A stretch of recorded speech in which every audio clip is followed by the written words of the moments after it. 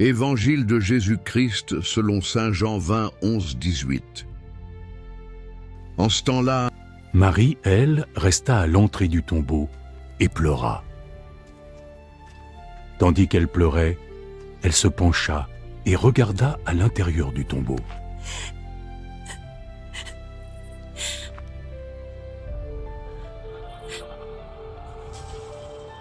Elle vit deux anges, vêtus de blanc, assis à la place où avait reposé le corps de Jésus, l'un à la tête et l'autre aux pieds. « Femme, pourquoi pleures-tu » lui dirent-ils.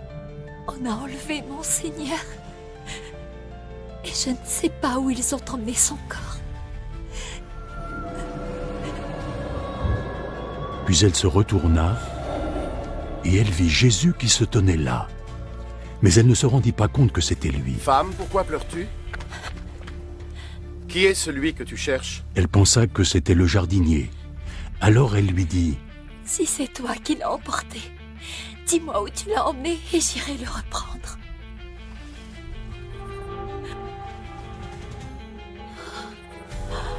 Marie. Elle se tourna vers lui et lui dit en hébreu, « Rabouni », ce qui signifie « maître ». Ne me retiens pas,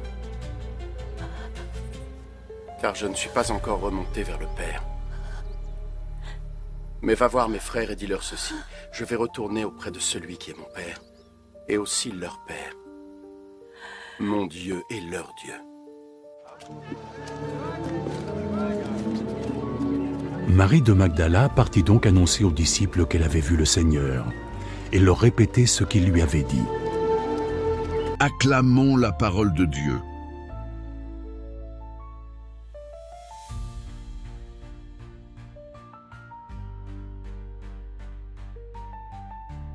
Marie-Madeleine rencontre le ressuscité de la tristesse à la mission. Petite histoire pour illustrer le passage. Imagine une femme, Sophie, qui a perdu un être cher.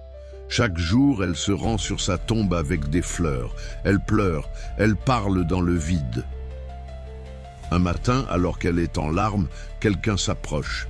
Il la regarde avec douceur et lui dit « Pourquoi pleures-tu » Pensant que c'est un employé du cimetière, elle lui demande « Vous savez où il est ?»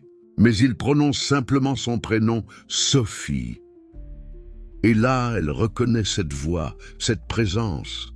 Elle comprend que celui qu'elle croyait perdu est vivant autrement et qu'elle a une mission, partager cette espérance. C'est exactement ce qui arrive à Marie-Madeleine.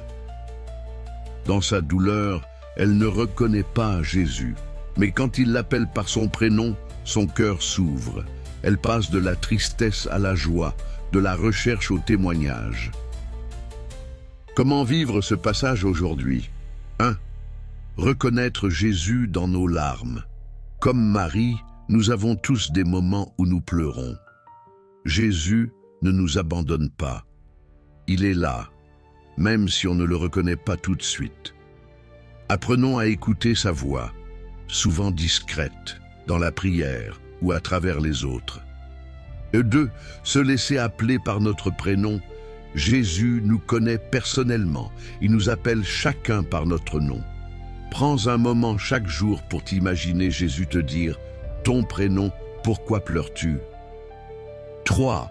Annoncer la résurrection. Comme Marie, nous sommes envoyés.